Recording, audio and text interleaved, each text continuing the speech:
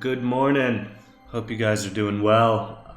This is going to be a pretty chill stream. It's just me today, so I figured we'd do some paintovers. And I put it out on Facebook last night, kind of sporadically as I do. Just if you have them, post them. And got a couple really cool paintings, and I'm excited to dive into these. The work that keeps getting posted up to me is getting better and better. I feel like when I first started streaming and asked for paintovers, I'd get work where I'd look at it and be like, okay, there's a ton of things we can do here to improve this painting. I don't know, as I do this more and more, and the more of you, I guess you guys are getting a lot better, or better artists are watching, I don't really know. But the work that keeps getting posted just is getting really good, to the point where a lot of the times it's hard to know how to improve on these things because I like them so much. But I'm going to do my best to try to give some pointers on some of these paintings. I just have a couple that we'll run through, maybe play around with some Photoshop stuff together. I can open up some project files too, since we don't have too many paintovers today.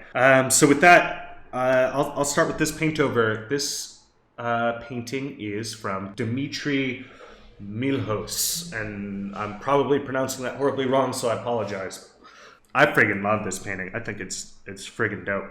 There's a lot going on in it, but it actually, I feel like, does a really good job of pulling your eye around, and it tells a great story. I love when a painting in itself embodies an entire story, and this idea of this space station that the windows blew out, and it's kind of just this like chaos of glass everywhere, and everything is just being floating around, and it just has a lot of motion to the whole thing. Has a great sense of depth and atmosphere. I love these light rays that are kind of coming in, and it does just, I think, a great job of pulling your eye back with all the lines that are being used here. The use of line to really pull your eye towards the back and keep you moving in depth is really fantastic. Super strong focal point, using like this not only strong value contrast but color contrast of these yellows that really grab you, and then the secondary yellows that aren't as contrasty to pull your eye back to them. It's really like masterfully done, the way that this painting is moving your eye and creating your focal points, and then having your secondary focal points. So if this is your primary focal points, kind of your secondary focal points over here that kind of lead you back to the same colors and then back over. It's a nice little cycle. I guess this is less of a paint over and more of like, Dimitri, you sent me an awesome painting, and I kind of want to explain to a lot of people why I love it, and see, hopefully people can get something out of me, not just saying what's wrong with the painting, but explaining all the things that I think are right. Yeah, in terms of like doing a paint over on this painting, there's nothing I wouldn't mess with this in any way. Like, I think this is working super well. So I think rather than doing a paint over on here, I just wanted to go through and explain all the reasons that I really love this painting. You also have like a very nice rule of thirds going on here. Nice breakup on here. And each one of these actually works as a composition into itself, which is fantastic. So this is like very scientifically done almost. Compositionally, I feel like this is a perfect composition. Awesome work, Dimitri. Here we got a painting from Dondatron, Aaron Donda. Donda has been killing it. Like, he's one of the, I think he's made more work with kit bash kits than anyone I've ever seen. And I like how creative he's getting with these kits. Like, I can see like a bit of Art Deco going on over here, mixing it with a ton of like Neo Tokyo. Yeah, this is super cool. It almost makes me dizzy to look at, trying to figure out which way is up. Also a really cool composition as well, creating a really nice focal point for our actor and our subject. Really nice sense of depth. The line is perfect, guiding us over to the spaceship. Yeah, I love the colors in it. It's very, I don't know, very fun sci-fi. It's very Guardians of the Galaxy to me. The scale is working great, using the lights for scale to create a large scale. I was planning on doing paint overs, but you guys really screwed up my plans because you guys just sent fucking awesome paintings that I don't really have a whole lot to contribute to other than like telling you how awesome they are. Honestly, Aaron, I think this is my favorite painting you've ever done. It really shows if you crank out this much work and you're consistent with your practice of constantly doing paintings, there's no way you can't step up your game and improve. And just watching you improve and at the rate that you've improved has been really incredible. It's a really fun thing to watch. And then we have Hebron, who, like, of course, I'm such a huge fan of Hebron's paintings. Like, I just love his painterly style. One of my favorite things when we release a kit is getting to see what a lot of you guys are going to make with the kit. And Utopia was definitely kind of like my child. Like, that kit was so near and dear to me. Just the design of these pieces, and Mihailo did just such a killer job putting it all together, and it's so cool to actually see you guys do paintings with it now. Hebron's image is fucking awesome. Composition is awesome, but he's so good at composition anyways. It's such a bold shape, and he does one of my like favorite things that he consistently does is he takes these pieces, he kind of gets his base going in 3D, and then in paint, he really plays with the silhouettes, which is really, really cool. The only thing I would really like to see in this painting that isn't here is a stronger light direction. I feel like that could create a nice, like a couple more nice graphical shapes in this. So this is kind of my only critique on here really is that with the stronger light direction, it's starting to get a little muddy right now, and I think just this area could be a little less muddy and be more powerful and strong.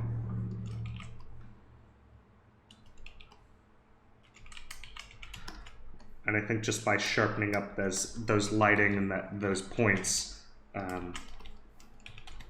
you know, you can get a little stronger graphical shape to there.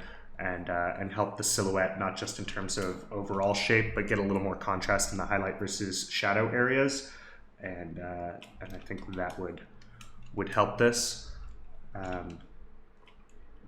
That's kind of really my only comment on here.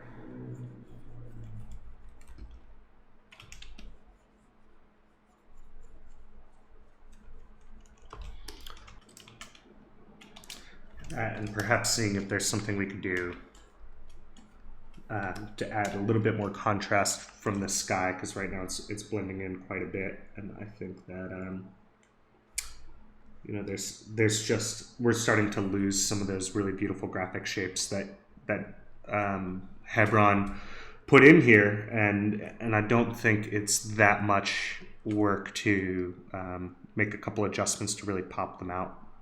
Just isolate the sky for now so I can do a little bit of work to it.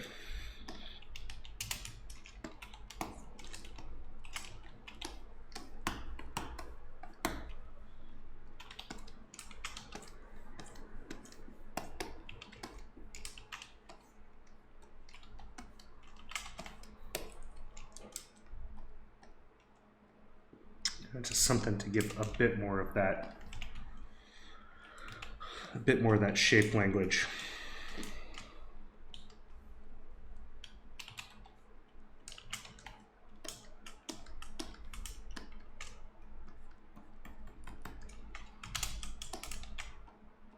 That's kind of it. It's just punching up and adding to what you already got going on. I think this is awesome. Let's take a look at this painting. Cool. Droki. Hell yeah. For those of you who don't know Drokis are, which you probably do if you're part of the Kit Bash community. Also, if you don't know, Droki is also now working with us and helping us packaging up the kits, and with a lot of a lot of the 3D stuff as a 3D soup with Kitbash, which is awesome because he has worked so much with these kits. He really knows like what the best way to put these things together to make it easier to work with.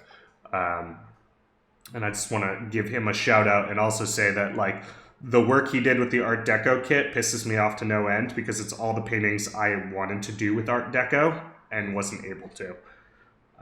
This is like why I wanted to make this kit, was to do these kinds of paintings, and then he went ahead and did them, and now his name's on them and not mine. So I'll get right off the bat. I'll tell you my OCD is just killing me here right now because you're so close to being centered and you're not centered. I feel like that's like a personal attack. Just nudge it or something, because I'm gonna like lose it. Like the OCD will have me twitching, and like maybe that's what you want, but for me that's just like hurts, physically hurts. Yeah, as an ArchViz artist, that's embarrassing. Good. I would say like first and foremost, let's get these things lined up. Also, like I love the idea and the scale that you're creating. Like I think that's something that ArchViz artists seem to be really good at, is like they put the tiny, and concept artists do, they put the tiny person in here, and then it seems like this is just the most massive world in the world. That's awesome. Like the scale here is working really, really nicely. I think in terms of overall composition, besides centering this up, you're also running into a couple tangents, which are pulling your eye. So you have this like strong focal point, which is right up here, but it's getting pulled in two different directions, which then becomes frustrating because you have tangents coming up and down. So I think that might be something to look at where you can fix it or just own it. But this seems to have quite a bit of them. So I think compositionally, those are some things that could really help this along. You could definitely lessen the amount of tangents here. And this might end up being more successful in terms of, you know, at the end of the day, it all comes down to what's the mood and emotion that you're going for in the painting. And sometimes tangents are really good because they can help you accomplish a mood that you're going for. But a lot of the times, if you do them unintentionally, they just end up hurting. So that alone, like all of a sudden your eye is no longer being pulled to those areas. I think besides that, you have this like really nice symmetrical composition. But the light is asymmetrical, and like that doesn't need to change. But it comes down to the idea of like why we use symmetry. And what symmetry does for us, when all these compositions are all only as valuable as if we know how to use them and what the effects are. And one of the things that symmetry does is it gives us an idea of the unnatural and the celestial, of something that's either royal or otherworldly or godly, or holy. Like these are things that using symmetry helps to invoke. And you know, so when we're going for this idea of this like royal or this holy, and that's what the actual composition is built on, and the light is doing something completely different. Now that could be an artistic choice, and definitely could say something in its own if we know what we're trying to say. If you want to hit the nail on the head and just be like, this is just like the most epic, holy, I'm going to go all in on that emotion, then I think you'd probably be better off doing like a top lighting or a backlighting that adds to the symmetry.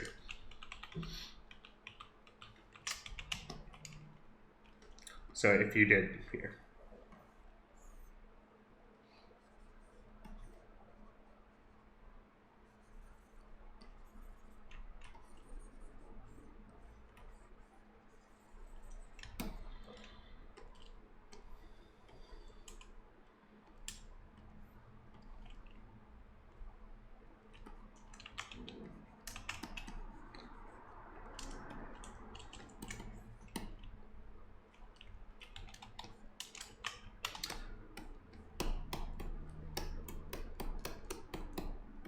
Just gonna quickly do it. You throw the characters in the center now, even if it's 2. Now that just nails in, I think, that strong emotion of, you know, this royal or this heavenly type of feeling, just by like embracing that symmetry.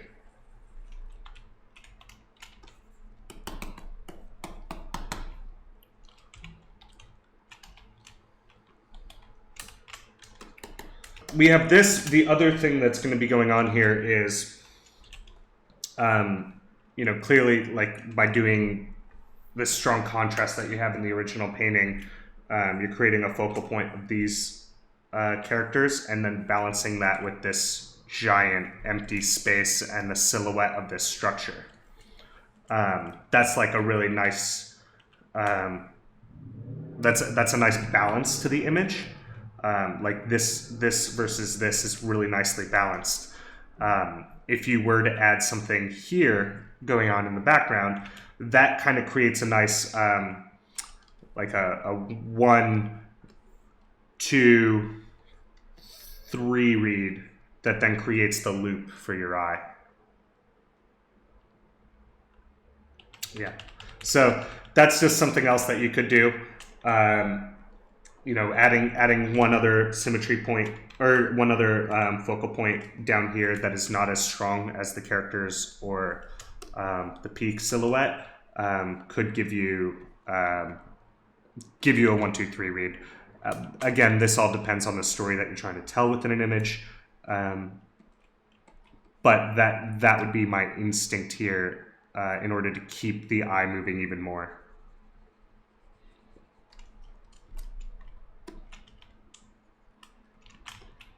Something even like that shows the depth and maybe a strong shape here. Yeah, so that's those are kind of my notes compositionally of how I think you could take this to the next level. Just to show kind of before and after.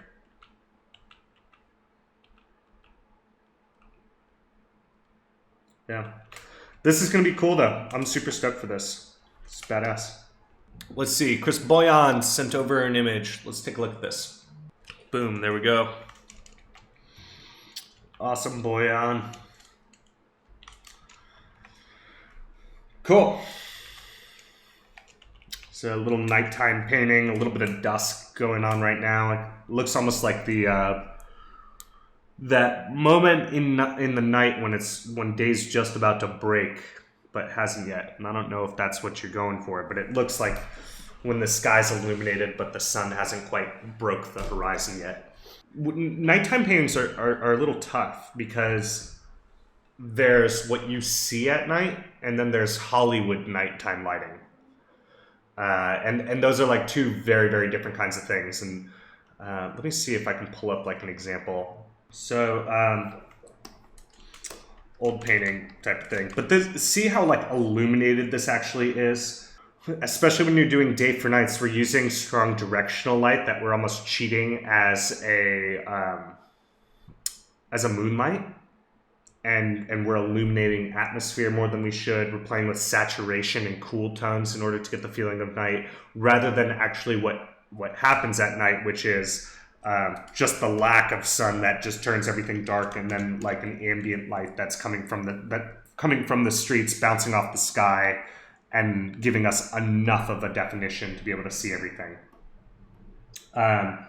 So this is really just to show an example of like that bright, colorful, saturated nighttime that we use in like a Hollywood, I don't know, almost fake lighting that you don't really see in real life.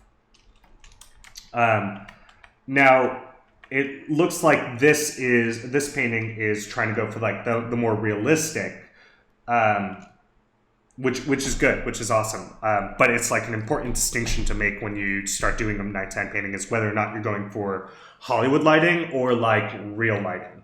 Now, if this is real lighting, you know, we're going to battle with a couple things. First of all, like the sky can go like way darker.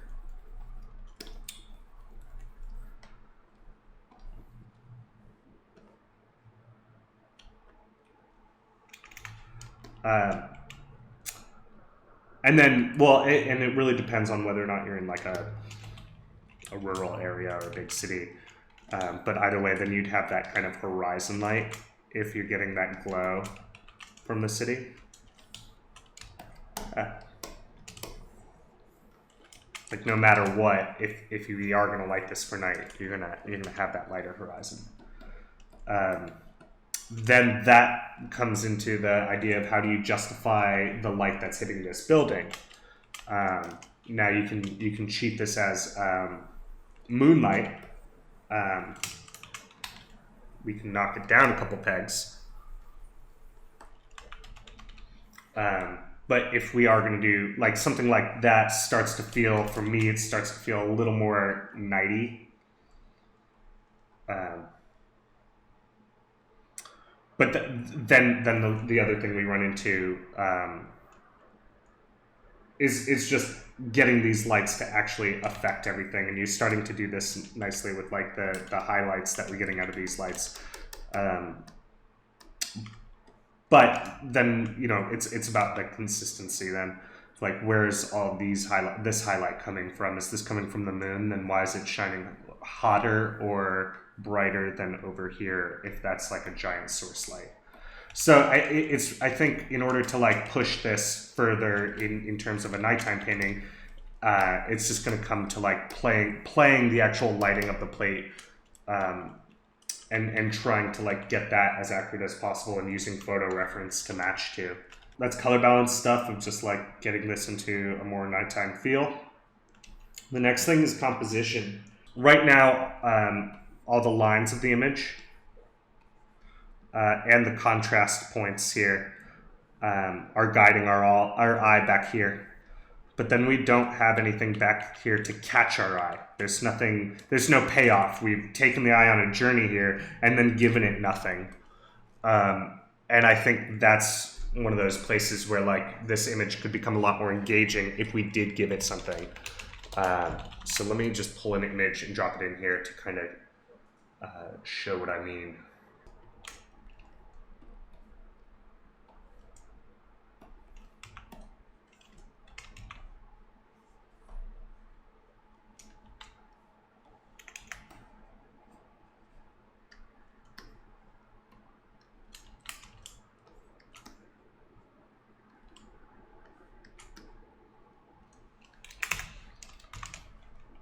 See, even though this isn't like, it's not a ton of stuff back there, it just gives you something to land on. And that might be all you need.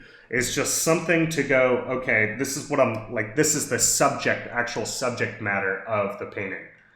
And it doesn't have to be some giant monument or something like that. It could just be like a city back there, or another building, or a couple lights, or whatever it is. You know, just something to give you pause. So I think that could help quite a bit. Is just giving something to land on that feels purposeful and why you're guiding the eye back there. And then I think you know, another thing that you can do is help the eye out going over there even more. Lead it with a couple more lights to kind of keep you moving in that direction. And maybe you want to play it off like this is later at night, so maybe there aren't as many lights on, and like that's totally cool as well. But you can find other ways around that. I think like doing something like adding like a street light back here or something like that could also help move the eye back. Yeah, so that would kind of be my like little couple next things that you could do to keep taking this painting to the next level is give us something to land on back here, work on your overall color correcting and making sure you get that sky working right, seeing what else you can do with the lights to kind of guide our eye. The other thing is you could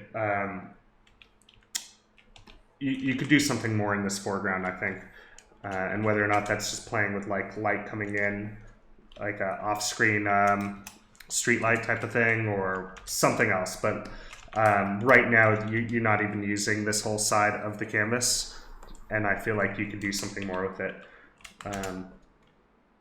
So yeah, anyways, that's my little thing. Now that we've kind of gone through a couple of these, thank you guys for just everything and being an awesome community. Cool. Have an awesome day. I will see you guys later.